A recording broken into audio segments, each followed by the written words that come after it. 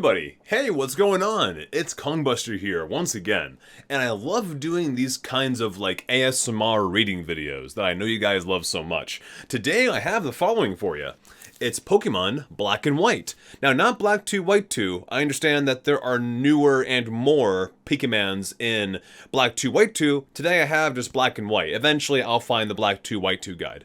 So, how this is going to work, there are approximately 153-ish in the Black and White. Now, this does not include every generation before it, even though technically every single Pokemon before this game is technically included in the national Pokedex. But from here, this is strictly just the Unnovan ones. Now, some Pokedex guides do this. Now, in all the games they do this, but in some of the guides, such as this one right here, which is just the official Unova Pokedex and Guide Volume 2. That's what this is. I'm not sure what Volume 1 has, probably more gameplay stuff. But this is the Pokedex, so it goes now, just to avoid redundancy, I'm not going to constantly say, so how it words it here, you can kind of see it. I'll show you right here. It goes with the black version, then the white version right here. I'm not going to keep saying black version, white version. Once I keep speaking, then I have a pause. You'll know I went from the, oh hey, black version, now white version here. So on and so forth. That's how we'll do it. So, with that being said, take a quick drink of my tea. And get your earbuds, headphones, crank that volume up.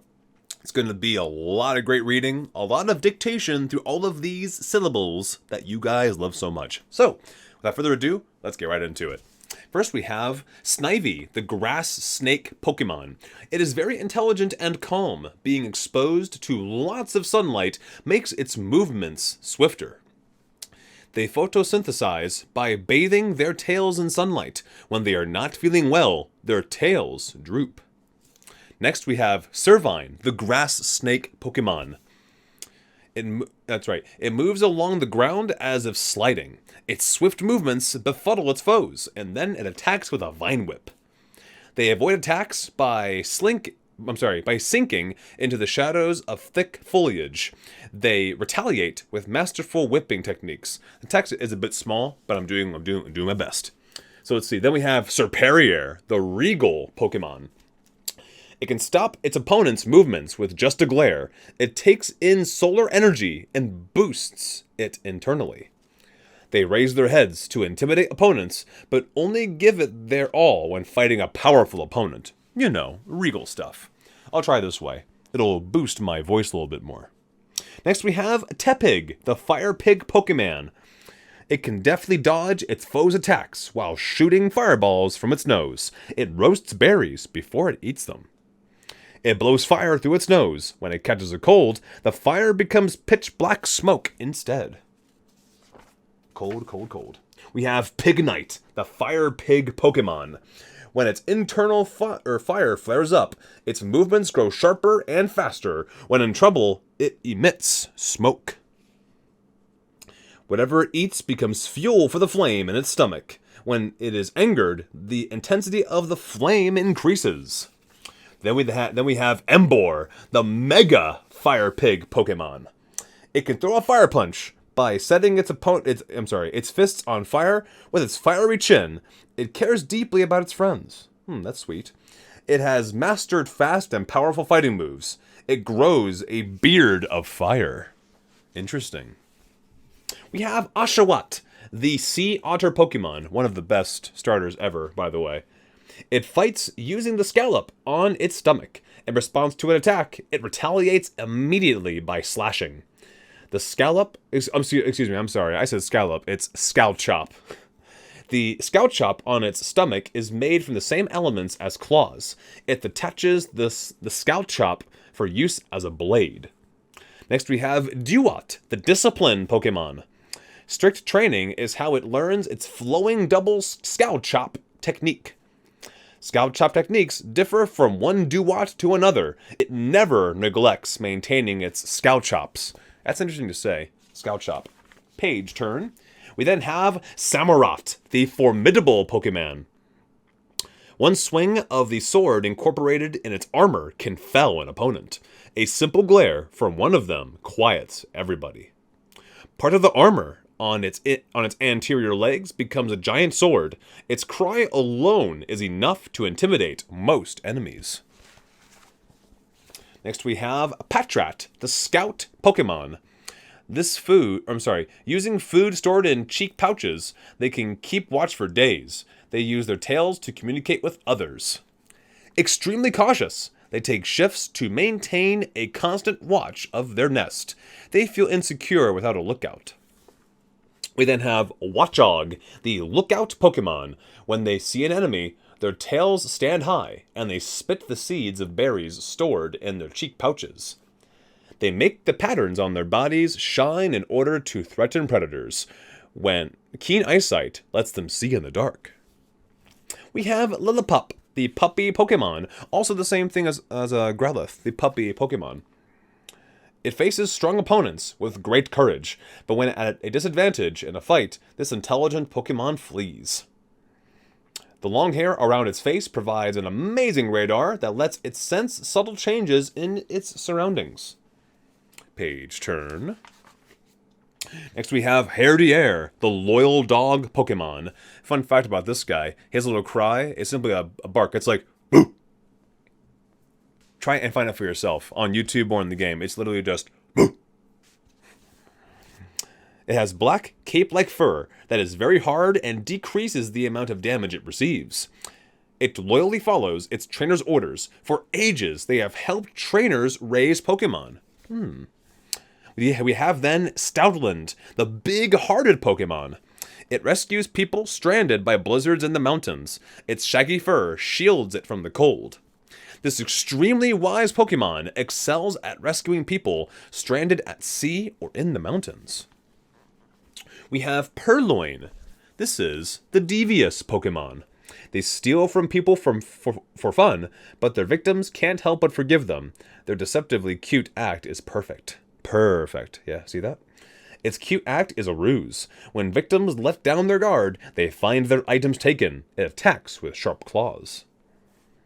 Liepard. This is the cruel Pokemon. These Pokemon vanish and appear unexpectedly. Many trainers are drawn to their beautiful form and fur. Stealthily, it sneaks up to its target, striking from behind before its victim has a chance to react. And the cruel Pokemon. There we go. We have Pansage, the grass monkey Pokemon. This Pokemon dwells deep in the forest. Eating a leaf from its head whisks weariness away as if by magic. It shares the leaf on its head with weary-looking Pokemon. These leaves are known to relieve stress. One thing I want to note, something that's cool about people that have guides before you do, is their writing. Like some people write in the guides sometimes. I'm sure we've all had that experience, buying guides. Some people are lucky enough to even find original receipts from over a decade ago in the guide. Like someone bought it, opened it once, kept the receipt in there, got rid of it, and it stayed in there. I've had that happen once. Let's see. Simmasayar, the thorn monkey Pokemon. Ill-tempered, it fights by swinging its barbed tail around wildly. The leaf growing on its head is very bitter. It attacks enemies with strikes of its thorn-covered tail. This Pokemon is wild-tempered. Pansear, the high-temp Pokemon. Let's see. When it is angered, the temperature of its head tuft reaches 600 degrees Fahrenheit. It uses its tuft to roast berries. You would incinerate them. This Pokemon lives in caves in volcanoes. Lives in caves in volcanoes. The fire within the tuft of its head can reach 600 degrees Fahrenheit. We have then Simmasayar, the Ember Pokemon. Oh, I'm on it. Let's see. It loves sweets because they become energy for the fire burning inside its body. A flame burns inside its body. It scatters embers from its head and tail to sear its opponents. Pansear. We have then Panpour, the spray Pokemon. The water stored inside the tuft on its head is full of nutrients. Plants that receive its water grow large. Let's see here. It does not thrive in dry environments. It keeps itself damp by shooting water stored in its head tuft from its tail. We then have Simmasayar, the geyser Pokemon, or Geyser, as some people say. The tuft on its head holds water. When the level runs low, it replenishes the tuft by siphoning up water with its tail. The high-pressure water expelled from its tail is so powerful, it can destroy a concrete wall. We have Munna, the Dream Eater Pokemon. Munna always float in the air. People whose dreams are eaten by them forget what the dream had been about. It eats the dreams of people and Pokemon. When it eats a pleasant dream, it expels pink-colored mist. Musharna, the Drowsing Pokemon. The mist emanating from their foreheads is packed with the dreams of people and Pokemon. With the mist from its forehead, it can create shapes of things from dreams it has eaten. Gonna get a little bit of tea. There we go. Wonderful. Stay hydrated. P-Dove, a tiny pigeon Pokemon. I love pigeons. Let's see. Each follows its trainer's orders as best it can, but they sometimes fail to understand complicated commands. Well, they're pigeons. These Pokemon live in cities. They are accustomed to people. Flocks often gather in parks and plazas. We then have Tranquil, the wild pigeon Pokemon. It can return to its trainer's location regardless of the distance separating them. Many people believe that, deep in the forest where Tranquil live, there is a peaceful place where there is no war. Unpheasant, the proud Pokemon. Males swing their head plumage to threaten opponents. The females' flying abilities surpass those of the males. I think that's like a peacock thing, or turkey, I forget. There's a real life bird thing going on there where there's a very similar dynamic. Where one is poofy and very pretty, the other one not as pleasant looking, but more agile. Yes, males have plumage on their heads. They will never let themselves feel close to anyone other than their trainers. Ooh, that's interesting. Blitzel, the electrified Pokemon. I love this little zebra. Its mane shines when it discharges electricity. They use their flashing manes to communicate with one another. When thunderclouds cover the sky, it will appear. It can catch lightning with its mane and store the electricity. Thundercloud! If anybody gets that reference, put it in the comments. Thundercloud! Oop, here we go. Almost dropped it. We then have Zebstrika, the Thunderbolt Pokemon. They have lightning-like movements. When Zebstrika run at full speed, the sound of thunder reverberates. This ill-tempered Pokemon is dangerous because when it's angry, it shoots lightning from its mane in all directions. Roggenrola, the Mantle Pokemon. Its ear is hexagonal in shape. Compressed underground, its body is as hard as steel. They were discovered 100 years ago in an earthquake fissure. Inside each one is an energy core. Better get Elon Musk on harvesting this Pokemon.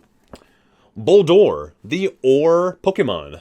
When it overflows with power, the orange crystal on its body glows. It looks for underground water in caves. Because its energy was too great to be contained, the energy leaked and formed orange crystals. Then we have Gigolith, the compressed Pokemon. Let's see. Compressing the energy from its internal core lets it fire off an attack capable of blowing away a mountain. The solar energy absorbed by its body's orange crystals is magnified internally and fired from its mouth. Fun fact, in Pokemon Go, when this thing is idly standing and you tap it for its animation, it glows orange on the orange bits. It's pretty cool. Let's see, we have Woobat, simply the Bat Pokemon. Its habitat is dark forests and caves. It emits ultrasonic waves from its nose to learn about its surroundings. Oh, so that implies that it's blind then.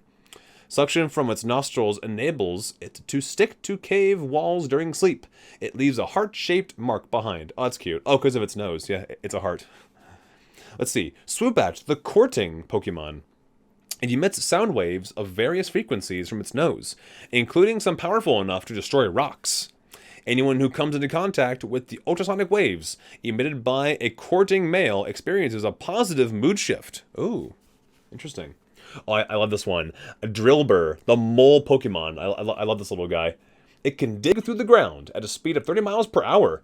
It could give a car running above ground a good race. Matter of fact, black and brown bears are like slightly faster at top speed than Drillbur.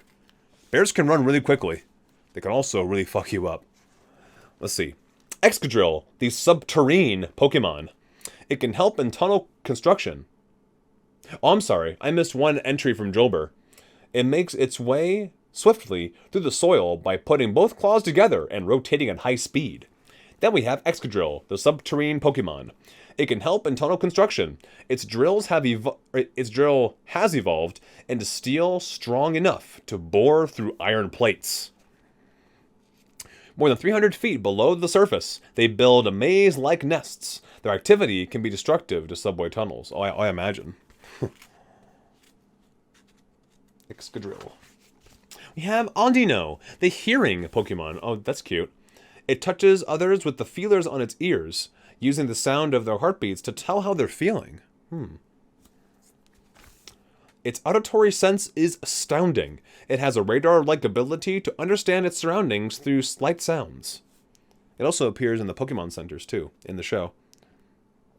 We have then Timber, the muscular Pokemon.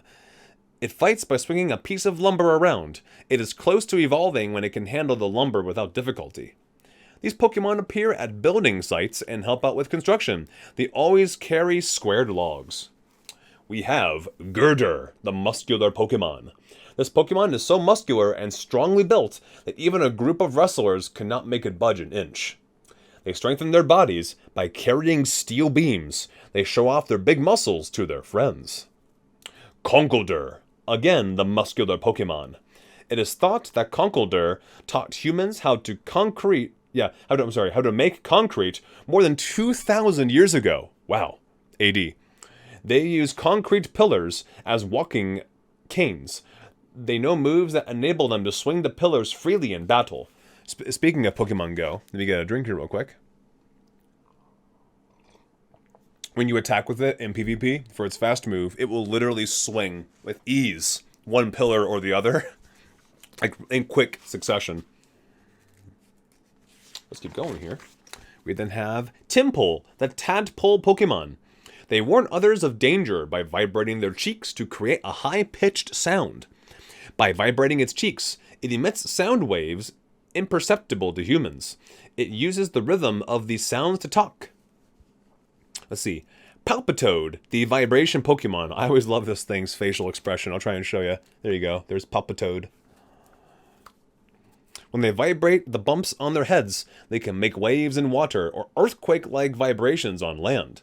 It lives in the water and on land. It uses its long, sticky tongue to capture prey. We have Seismitoad, the vibration Pokemon. They shoot paralyzing liquid from their head bumps. They use vibration to hurt their opponents. Wow. It increases the power of its punches by vibrating the bumps on its fists. It can turn a boulder to rubble with one punch.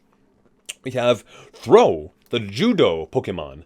When it tightens its belt, it becomes stronger. Wild Throw use vines to weave their belts. Let's see.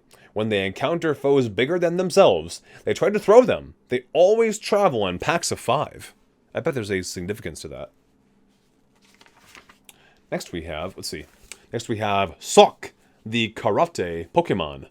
The sound of Sock punching boulders and trees can be heard all the way from the mountains where they train. Tying their belts gets them pumped and makes their punches more destructive. Disturbing their training angers them. It's small. Give me a break. Let's see. Seawaddle, the sewing Pokemon. Levani dress it with clothes they made for when... Levani dressed it in clothes they made for it when it hatched. It hides its head in its hood while it is sleeping. Oh, that's cute. This Pokemon makes clothes for itself. It chews up leaves and sews them with sticky thread extruded from its mouth. We then have Swadloon, the leaf-wrapped Pokemon. Let's see. Forests where Swadloon live have superb foliage because the nutrients they make from fallen leaves nourish the plant life. It protects itself from the cold by wrapping up in leaves. It stays on the move, eating leaves in forests. Then we have Levani, the nurturing Pokemon. Let's see. Upon finding a small Pokemon, it weaves clothing for it from leaves, using the cutters on its arms and sticky silk. It keeps its eggs warm with heat from fermenting leaves. It also uses leaves to make warm wrappings for Sewaddle. What a nurturing and caretaking Pokemon. Ooh, we have Venipede, the centipede Pokemon. Its bite injects a potent poison, enough to paralyze large bird Pokemon that try to prey on it. It discovers what is going on around it by using the feelers on its head and tail. It is brutally aggressive. We then have Werlipede, the Curlipede Pokemon. Protected by a hard shell, it spins its body like a wheel and crashes furiously into its enemies. It is usually motionless, but when attacked, it rotates at high speed and then crashes into its opponent. We have Scoldipede, the Megapede Pokemon. With quick movements, it chases down its foes, attacking relentlessly with its horn until it prevails. Horns, rather, plural, until it prevails. Highly aggressive, it uses the claws near its neck to dig into its opponents and poison them. We have Katani, the Cotton Puff Pokemon. Oh, interesting detail. This thing is still grass in Generation 5, because Fairy didn't come out yet. It's now grass and fairy to this day. When attacked, it escapes by shooting cotton from its body. The cotton serves as a decoy to distract the attacker. They go wherever the wind takes them. On rainy days, their bodies are heavier, so they take shelter beneath big trees. Oh, it's cute. It's like modern-day Hoppip. Let's see here. Oh, page. There we go. We have Whimsicott, the wind-veiled Pokemon. Like the wind, it can slip through any gap. No matter how small, it leaves balls of white fluff behind. Riding whirlwinds, these Pokemon sneak through gaps into houses and cause all sorts of mischief. Also, again, still just a grass type. Not grass and fairy. We have Petilil, the bulb Pokemon. The leaves on its head are very bitter. Eating one of these leaves Eating one of these leaves is known to refresh a tired body. Since they prefer moist, nutrient-rich soil, the areas where Petilil live are known to be good for growing plants. We have Liligant, the flowering Pokemon. Even veteran trainers face a challenge in getting its beautiful flower to bloom. This Pokemon is popular with celebrities. Let's see. The fragrance of the garland, that's a cool word, on its head has a relaxing effect. It withers if a trainer does not take good care of it. Oh, that's sad. We have Basculin. Now, there are two types of Basculin. This is the red striped form. The hostile Pokemon. Red and blue Basculin get along so poorly, they'll start fighting instantly. These Pokemon are very hostile. Red and blue Basculin usually do not get along, but sometimes members of one school mingle with the other's school. Agree to disagree, I take it. Now we have Basculin, the blue striped form. Again, the hostile Pokemon. Red and blue. Oh, it's literally the same thing. Same thing back to back. Okay. Talking about how they fight instantly upon seeing each other. Sometimes they'll be friends. Other times, nah. We then have Sandile, the desert croc Pokemon. King K. Rool. They live buried in the sands of the desert. The sun-warmed sands prevent their body temperature from dropping. It moves along below the sand surface, except for its nose and eyes. A dark membrane shields its eyes from the sun. We then have Krokorok. I love this thing's name, Krokorok. It is, again, the desert croc Pokemon. They live in groups of a few individuals. Protective membranes shield their eyes from sandstorms. The special membrane covering its eyes can sense the heat of objects, so it can see its surroundings even in darkness. We have Crocodile, the intimidation Pokemon. They never allow prey to escape. Their jaws are so powerful, they can crush the body of an automobile. Whoa. It can expand the focus of its eyes, enabling it to see objects in the far distance as if it were using binoculars. Nice. We have Darumaka, the Zen Charm Pokemon. When its internal fire is burning, it cannot calm down, then it runs around. When the fire diminishes, it falls asleep. We have Darumaka's droppings are hot, so people used to put them in their clothes to keep themselves warm. Shit warmth. Quite literally. We have Darmanitan, the blazing Pokemon. Now, these guys have technically a Zen mode as well. And later on got like this ice version of them as well. That must have been in the later games, because there's nothing here, just the Zen mode, and then the base form. But nonetheless, Darmanitan, the blazing Pokemon. Its internal fire burns at 2,500 degrees Fahrenheit, making enough power that it can destroy a dump truck with one punch. Jeez. When weakened in battle, it transforms into a stone statue. Then it sharpens its mind and fights on mentally. Ooh, wow. Yeah, it becomes fire and psychic, not just fire anymore. We have Maractus, the cactus Pokemon, one of my personal favorites too. It uses an up-tempo song and dance to drive away the bird Pokemon that prey on its flower seeds. Arid regions are their habitat. They move rhythmically, making a sound similar to maracas. That's cute. We have Dweeble, the rock-in Pokemon. Rock-in as in R-O-C-K, in like hotel. That sort of thing. Huh. The rock-in Pokemon. This Pokemon can easily melt holes in hard rocks with a liquid secreted from its mouth. It makes a hole in a suitable rock. If that rock breaks, the Pokemon remains agitated until it locates a replacement. Ooh, wow. Shellfish. Let's see. We have Crustle, or maybe Crustle, but I would say maybe Crustle because of crust. It is the Stone Home Pokemon. I like that name, or that species type. Competing for territory, Crustle fights viciously. The one whose boulder is broken is the loser of the battle. It possesses legs of enormous strength, enabling it to carry heavy slabs for many days, even when crossing arid land. We have Scraggy, the shedding Pokemon. Its skin has a rubbery elasticity, so it can reduce damage by defensively pulling its skin up to its neck. It immediately headbutts anyone that makes eye contact with it. Its skull is massively thick. We have Scrafty, the hoodlum Pokemon. Groups of them beat up anything that enters their territory. Each can spit acidic liquid from its mouth. It can smash concrete blocks with its kicking attacks. The one with the biggest crest is the group leader. Oh, it's like a mohawk. So it's like a Roman Empire thing. We have Gigolith, the Avianoid Pokemon. Avianoid. It's like Avia, A-V-I-A, Noid, N-O-I-D. Like avoid the Noid from Pizza Hut. Google that one. Gigolith, the Avianoid Pokemon. They never varied the route they fly, because the memories of guarding an ancient city remain steadfast. The guardians of an ancient city, they use their psychic power to attack enemies that invade their territory. We have Yamask, the spirit Pokemon. Each of them carries a mask that used to be its face when it was human. Sometimes I look at it and cry. That's sad. These Pokemon arose from the spirits of people interred in graves in past ages. Interred. I-N-T-E-R-R-E-D.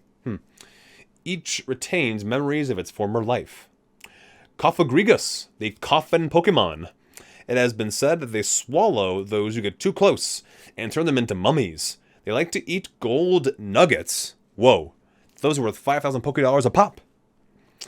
They pretend to be elaborate coffins to teach lessons to grave robbers. Their bodies are covered in pure gold. Wow. We have Tirtuga, the proto-turtle Pokemon. Restored from a fossil, this Pokemon can dive to depths beyond half a mile. That's actually quite a bit. That's pretty far. About 100 million years ago, these Pokemon swam in oceans. It is thought they also went on land to attack prey. We have Caracosta, the proto-turtle Pokemon. They can live both in the ocean and on land. A slap from one of them is enough to open a hole in the bottom of a tanker. Wow. Incredible jaw strength enables them to chew up steel beams and rocks along with their prey. Let's see. We have Archen, or Archen, The first bird Pokemon. Said to be an ancestor of bird Pokemon, they were unable to fly and moved about by hopping from one branch to another. Revived from a fossil, this Pokemon is thought to be the ancestor of all bird Pokemon. Very nice. Very good. We have Archeops, the first bird Pokemon. They are intelligent and will cooperate to catch prey. From the ground, they use a running start to take flight. It runs better than it flies. It catches prey by running at speeds comparable to those of an automobile. Wow. That's even faster than the Drillbur. We have Trubbish, the trash bag Pokemon. Inhaling the gas they belch will make you sleep for a week. They prefer unsanitary places. The combination of garbage bags and industrial waste caused the chemical reaction that created this Pokemon. We have Garbodor, the trash heap Pokemon.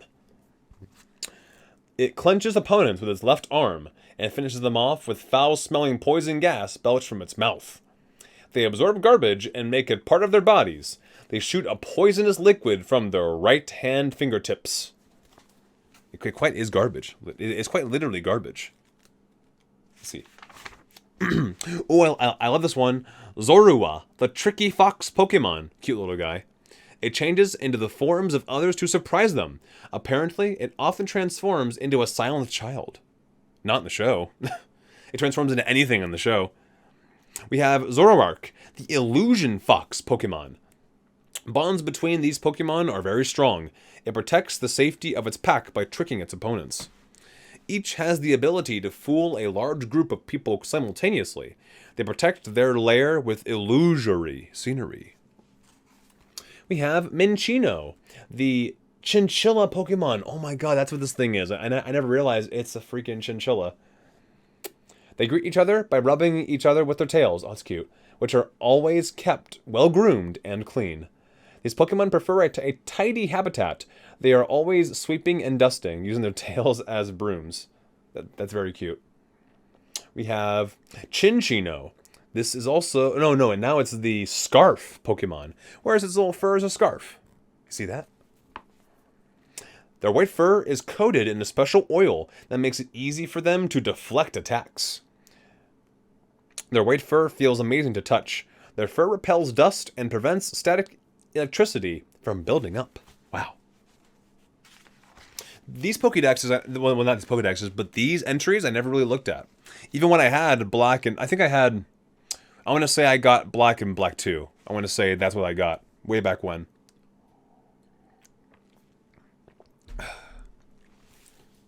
We have Gothita, the Fixation Pokemon. Their ribbon-like feelers increase their psychic power. They are always staring at something. They intently observe both trainers and Pokemon. Apparently, they are looking at something that only Gothita can see. We have Gotharita, the Manipulate Pokemon. They use hypnosis to control people and Pokemon. Tales of Gotharita leading people astray are told in every corner. It's a shapeshifter. It's Mark Zuckerberg, a reptilianoid. Starlight is the source of their power. At night, they mark star positions by using psychic power to float stones. And finally, we have Gothitelle, the Astral Body Pokemon. Starry skies thousands of light years away are visible in the space, distorted by their intense psychic power.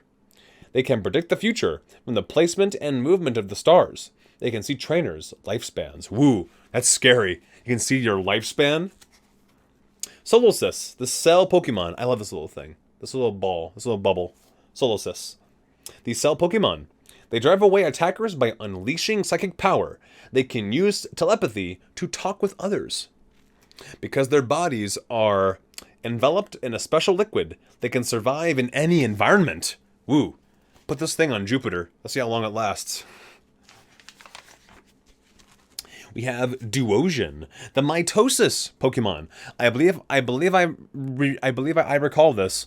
Mitosis, I think, is the multiplication of cells. In other words, the reproduction of cells, like offspring. I believe that's what that is. Mitosis. Perhaps I'm wrong though. Since they have two divided brains, at times they suddenly try to take two different actions at once. Oh, that's funny. With their brains now divided in two are thinking the same thoughts, these Pokemon exhibit their maximum power. Let's see. Reuniclus, the multiplying Pokemon. When Reuniclus shake hands, a network forms between their brains, increasing their psychic power. And then, these remarkable intelligent Pokemon fight by controlling arms that can grip with rock-crushing power. Sorry. Ducklet, the water bird Pokemon. I love this little guy. These bird Pokemon are excellent divers. They swim around in the water, eating their favorite food, peat moss. P-E-A-T, moss, M-O-S-S. When attacked, it uses its feathers to splash water, escaping under cover of the spray. Escaping under cover of the spray. We have Swanna, the white bird Pokemon. Swanna start to dance at dusk.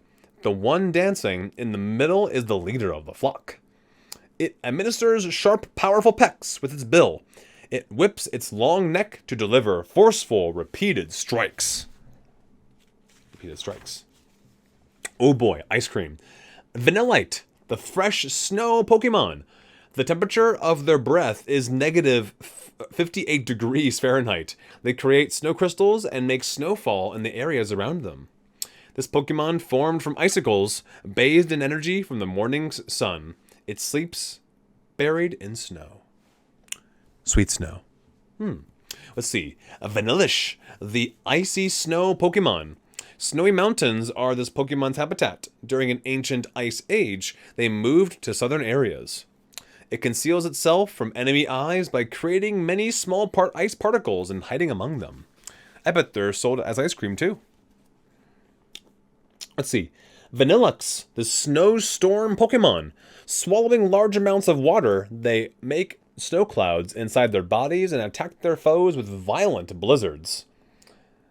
If both heads get angry simultaneously, this Pokemon expels the blizzard, burying everything in snow. Next we have Deerling. It's the season Pokemon. One form for each... this way. One form for each of the seasons. Right there. Spring, summer, fall, winter. There we go.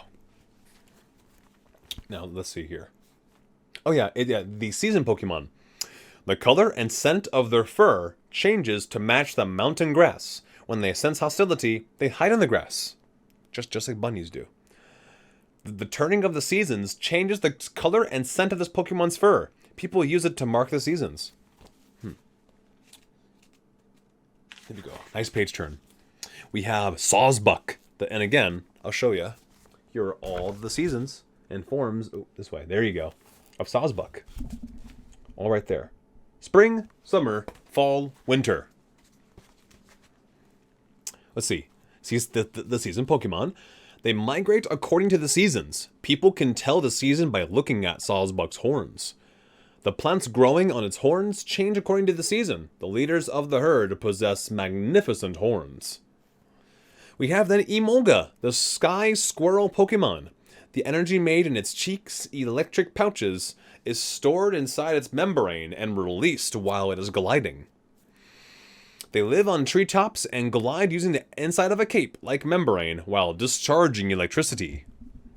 I love this Pokemon. We have Carablast, the clamping Pokemon. It's a cute little bug. These mysterious Pokemon evolve when they receive an electrical stimulation while they're in the same place as Shelmet. It evolves by trading. When they feel threatened, they spit an acidic liquid to drive attackers away, as Pokemon targets Shelmet. Escavalier, the cavalry Pokemon. They fly around at high speed, striking with their pointed spears. Even when in trouble, they face opponents bravely. These Pokemon evolve by wearing the shell covering of a Shelmet. The steel armor protects their whole body. Let's see. Wait, I didn't skip one, did I? I don't think I did.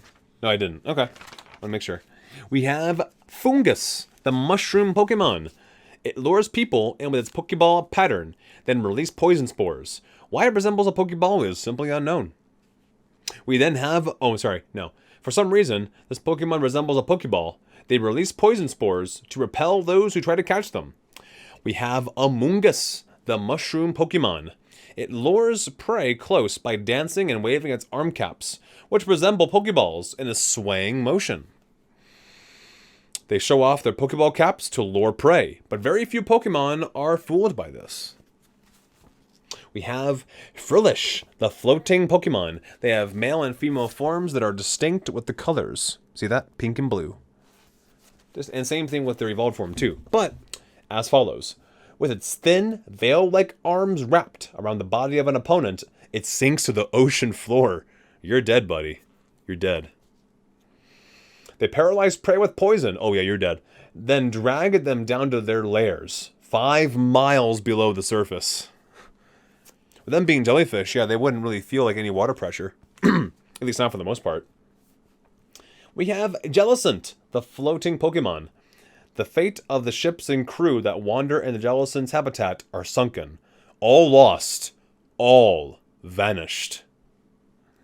They propel themselves by expelling absorbed seawater from their bodies. Their favorite food is life energy. Man, they're straight up like necrophiliacs.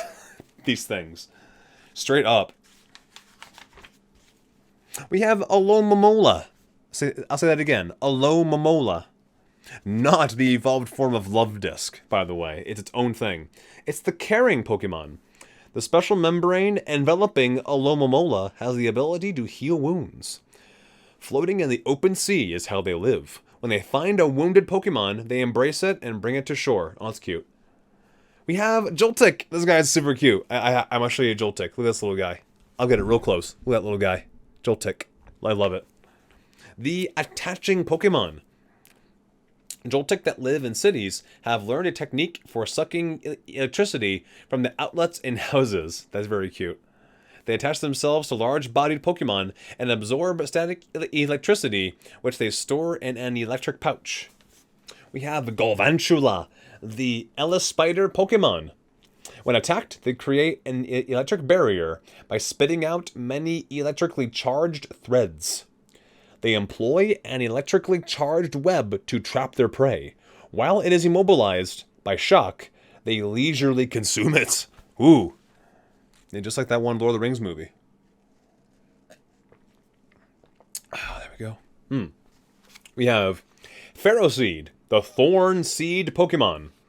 When threatened, it attacks by shooting a barrage of spikes, which gives it a chance to escape by rolling away. They stick their spikes into cave walls and absorb the minerals they find in the rock. We have Ferrothorn, the Thorn Pod Pokemon. It fights by swinging around its 3 spiky feelers. A hit from these steel spikes can reduce a boulder to rubble. They attach themselves to cave ceilings, firing steel spikes at targets, passing beneath them. We have Clink, the Gear Pokemon. The 2 mini-gears that mesh together are predetermined. Each will rebound from other mini-gears without meshing. Interlocking 2 bodies and spinning around generates the energy they need to live. That's kind of like Spoink. If Spoink stops jumping, it dies. We have Clang, the Gear Pokemon. By charging the direction in which it rotates, it communicates its feelings to others. When angry, it rotates faster. Spinning mini-gears are rotated at high speed and repeatedly fired away. It is dangerous if the 2 gears don't return. Then we have Kling Klang. It's also the Gear Pokemon. Its red core functions as an energy tank. It fires the charged energy through its spikes into an area. The gear with the red core is rotated at high speed for a rapid energy charge. Let's see. We have Tynamo, the Elefish Pokemon. Let's see. While one alone doesn't have much power, a chain of many Tynamo can be as powerful as lightning. These Pokemon move in schools. They have an electrically generating organ, so they discharge energy I'm sorry, no, they discharge electricity if in danger. We have electric, electric, yeah. The Elefish Pokemon. They coil around foes and shock them with electricity, generating organs that seem simply to be circular patterns. These Pokemon have a big appetite. When they spot their prey, they attack it and paralyze it with electricity. Oh boy, you're a goner. I do like how Pokemon gets decidedly dark over time. We have Eelektross, the Elefish Pokemon. They crawl out of the ocean using their arms. They will attack prey on shore and immediately drag it into the ocean. Woo. With their sucker mouths, they suck in prey, then use their fangs to shock the prey with electricity. We have Elgyem, the cerebral Pokemon. It uses its strong psychic power to squeeze its opponent's brain, causing unendurable headaches. This Pokemon has never been seen until it appeared from far in the desert 50 years ago. Not quite ancient, but old. Its evolved form, Beheeyem, the cerebral Pokemon. It can manipulate an opponent's memory. Apparently, it communicates by flashing its 3 different colored fingers. It uses psychic power to control an opponent's brain and tamper with its memories. Ooh, that's dangerous. Ooh, don't piss this thing off. Oh, a Pokemon that I love. It is super cute. Litwick, the candle Pokemon. Litwick shines a light that absorbs the life energy of people and Pokemon, which becomes the fuel that it burns. Ooh. While shining a light and protruding to be a guide, it leeches off the life force of any who follow it. Not so cute anymore, huh? We have Lampent, the lamp Pokemon. This ominous Pokemon is feared. Through cities it wanders, searching for the spirits of the fallen. It arrives near the moment of death and steals spirit from the body. Spirits. It should say spirits, I guess, or spirit? Weird grammar thing. Chandelure, the luring Pokemon. It absorbs a spirit, which it then burns. By waving the flames on its arms, it puts its foes into a hypnotic trance. Being consumed in Chandelure's flame burns up the spirit, leaving the body behind. Woo. Some drink.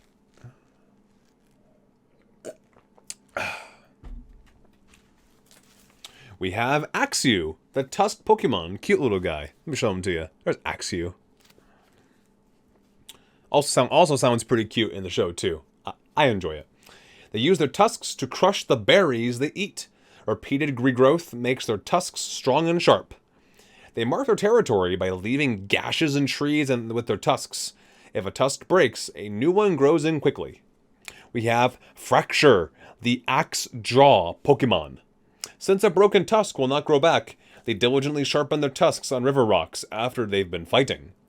Their tusks can shatter rocks. Territory battles between Fracture can be intensely violent. Ooh, dark.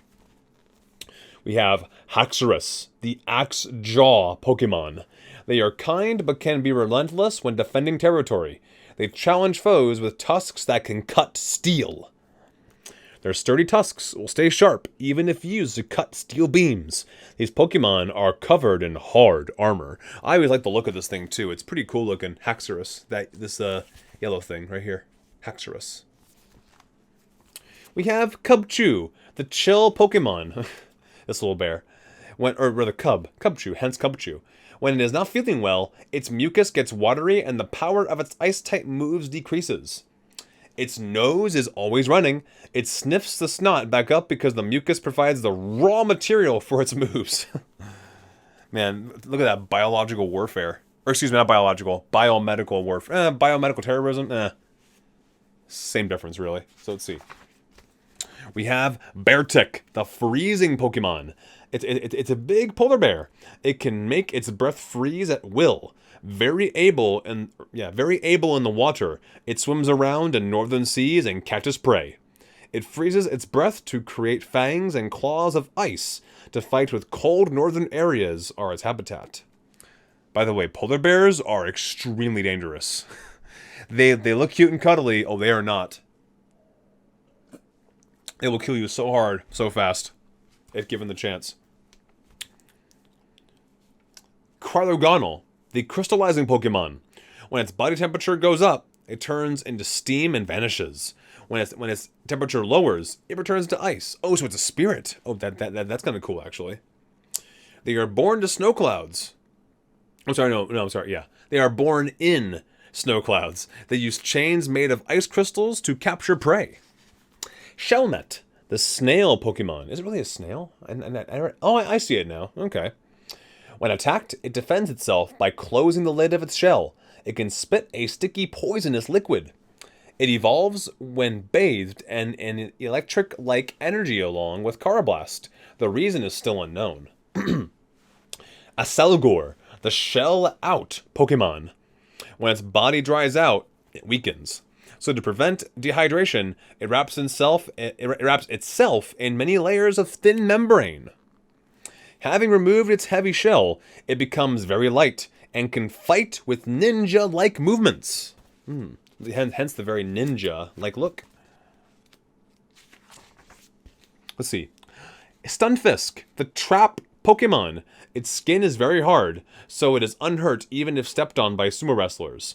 It smiles when transmitting electricity, and they do that in Pokemon Go as well. In PvP, you see it smile. Well, it's like kind of a smile. You'll see what I mean. So let's see. Mienfoo, the martial arts Pokemon.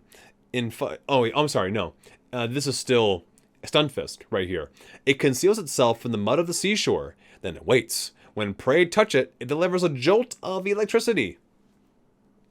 Mienfoo, martial arts Pokemon.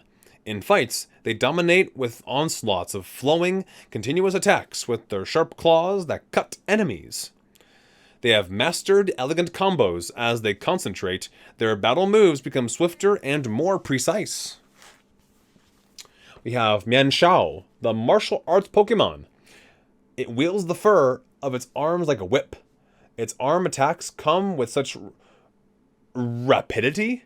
Is that really how you would use that word for rapid? With such rapidity that they cannot even be seen. I wonder if that's correct. I never heard of that before. They use the long fur on their arms as a whip to strike their opponents. We have a Drugodon, the cave Pokemon. It warms its body by absorbing sunlight with its wings. When its body temperature falls, it can no longer move. Wow. It races through narrow caves, using its sharp claws to catch prey. The skin on its face is harder than a rock. The cave Pokemon. We have Golett, the automaton Pokemon. The energy that burns inside it enables it to move, but no one has yet been able to identify this energy. These Pokemon are thought to have been created by the science of an ancient and mysterious civilization. Let's see. A Golurk, the automaton Pokemon. It flies across the sky at Mach speeds. Removing the seal on its chest makes its internal energy go out of control. Makes its internal energy go out of control. It is said that Golurk were ordered to protect people and Pokemon by the ancient people who made them. Yeah, the fact that it says automaton, autonomous, in other words, makes me think people made it. Akin to Porygon. We have, next, Poniard, the sharp blade Pokemon. Blades comprise this Pokemon's entire body. If battling dulls the blades, it sharpens them on stones by the river. They fight at Bisharp's command. They cling to their prey and inflict damage by sinking their blades into it. Ouch.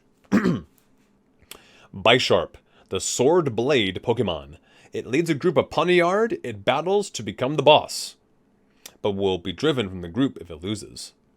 Bisharp pursues prey in the company of a large group of Poniard. Then Bisharp finishes off the prey. See, I do like how in these Dex entries in general, it implies there are like actual animals with Pokemon. Because it says prey and or hunted, like for bodies, like very broadly. It's not saying, oh, it hunts this one Pokemon specifically. Some of them do, but like a lot of them don't say anything specific. We have Bouffalant, the Bash Buffalo Pokemon. Their fluffy fur absorbs damage, even if they strike foes with a fierce headbutt. They charge wildly and headbutt everything. Their headbutts have enough destructive force to derail a train. I was looking to see if it actually learned Wild Charge. It doesn't. Interesting. We have Rufflet, the eaglet Pokemon. They crush berries with their talons. They bravely stand up to any opponent, no matter how strong it is. Wow. They will challenge anything, even strong opponents, without fear. Their frequent fights help them become stronger. We have Braviary, the valiant Pokemon. They fight for their friends without any thought about danger to themselves. One can carry a car while flying. The more scars they have, the more respect these brave soldiers of the sky get from their peers. Oh, we have Vullaby, the diapered Pokemon. Its eggshell is basically its diaper. It's kind of funny looking. Its wings are too tiny to allow it to fly. As the time approaches for it to evolve, it discards the bones it was wearing. Wait, oh, those are bones? Oh, never mind. Fuck me. They tend to guard their posteriors, with suitable bones they have found. They pursue weak Pokemon. Then we have Mandibuzz, the bone vulture Pokemon. It makes a nest out of bones it finds. It grabs weakened prey in its talons and hauls it to its nest of bones. Watching from the sky, they swoop to strike weakened Pokemon on the ground. They decorate themselves with bones. Heatmor, the ant-eater Pokemon. It breathes through a hole in its tail while it burns with an internal fire. Durant is its prey. Using their very hot, flame-covered tongues, they burn through Durant's steel bodies and consume their insides. Again, I'm telling you, man.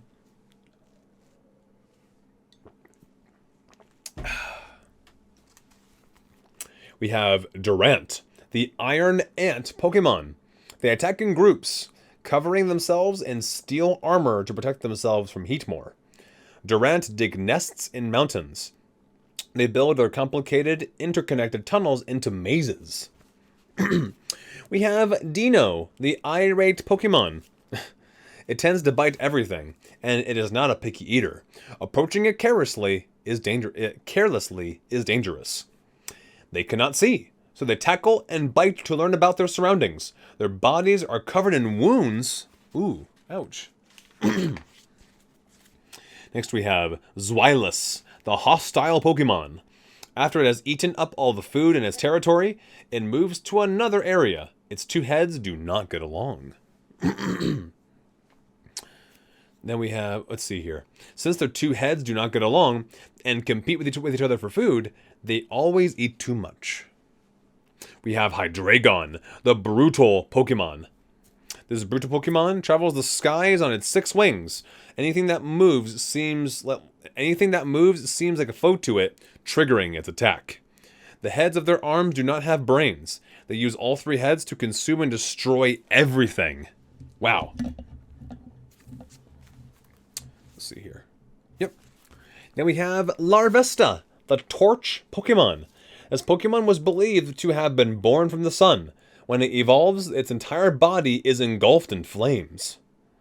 The base of volcanoes is where they make their homes.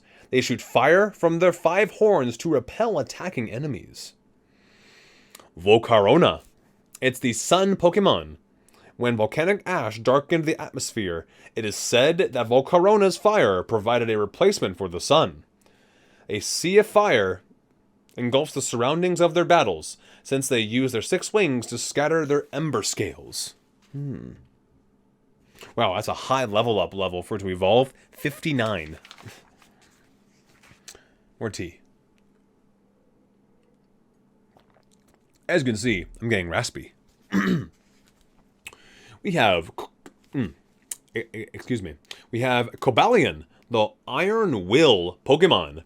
This legendary Pokemon battled against humans to protect Pokemon. Its personality is calm and composed. It has a body and heart of steel. Its glare is sufficient to make even an unruly Pokemon obey it. Wow. Let's see here. a Terrakion teriyaki chicken. It is the Cavern Pokemon. This Pokemon came to the defense of Pokemon that had lost their homes in a war among humans.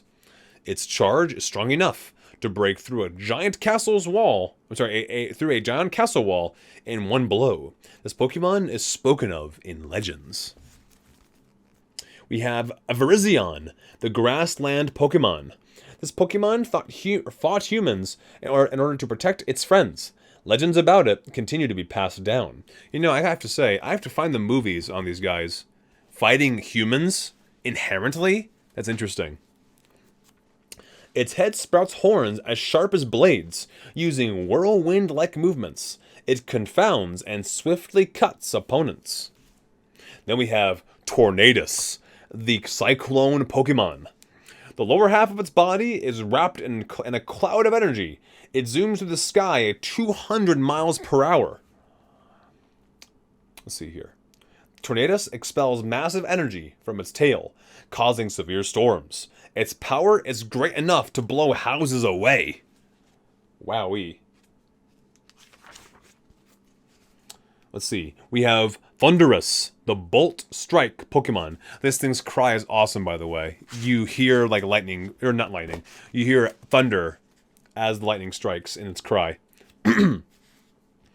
Countless charred remains mar the landscape of places through which Thunderous have passed. The spikes on its tail discharge immense bolts of lightning. It flies around the Unova region, firing off lightning bolts. Wow. Yeah, these guys were used for war. Seriously. We have Reshiram, the vast white Pokemon. This is the legendary of white version. This Pokemon appears in legends. It sends flames into the air from its tail, burning up everything around it. When Reshiram's tail flares, the heat energy moves the atmosphere and changes the world's weather. Just like Kyogre and Groudon, by the way. You know, severe rain, severe drought. Or severe flooding, really, I should say. We have Zekrom, the deep black Pokemon. The black wait, no. I'm sorry. No, wait. Oh, I didn't know that. You get the alternate color based on the game you got? You get Reshiram in black version, and then Zekrom in white version? I didn't know that. I actually forgot about that. Real talk. I haven't played it in over a decade. Seriously. Concealing itself in lightning clouds, it flies throughout the Unova region. It creates electricity in its tail. This Pokemon appears in legends. In its tail, it has a giant generator that creates electricity. Then we have Landorus, the abundance Pokemon. Lands visited by Landorus grant such bountiful crops that it has been hailed as the guardian of the fields. The energy that comes pouring from its tail increases the nutrition in the soil, making crops grow to great size. Wow. Lastly, we have two extras here. Itchy nose. Let's see here. That means it's almost time to stop. We have Kyurem, the boundary Pokemon. It generates a powerful freezing energy inside itself, but its body became frozen when the energy leaked out. It can produce ultra-cold air. Its body is frozen. Lastly, we have Victini. Oddly numbered 000, by the way. The Victory Pokemon.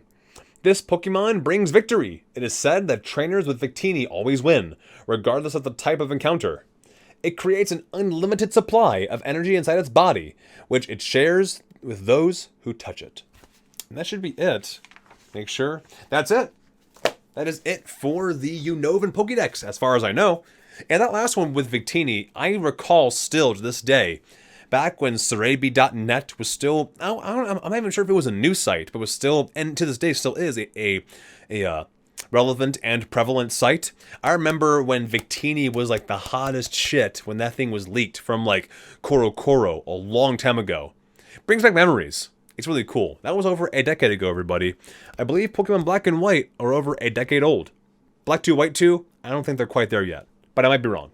Anyway, I'm going to be doing more of these. Just to give you guys a preview of some fun stuff to come, I'll show you the other not Pokedexes, but I'll show you the other guides I have here that have complete Pokedexes. We have Pokemon Sun and Moon. We have Pokemon Heart Gold, Soul Silver. That'll be a big one. And the biggest one yet, Omega Ruby, Alpha Sapphire. Let me get a quick glimpse as to which region was like the thing for this. Okay, this would have covered, let me see here. Okay, yeah, this would be X and Y, being the newest. Wow. Yeah, so everything from the beginning of Kanto up to X and Y in the Kalos region. I think it roughly goes to like 700 Pokemon, which is insanely huge. But really awesome, though. Just moving some things back over. Amigos, friends, Kongs and Kongettes. I haven't said that in forever, by the way. Kongs and Kongettes, that's an OG thing. It's been amazing having you here today. Thank you for taking the time to listen to the ASMR video, the calm voices, all the neat little lore on Pokedex entries.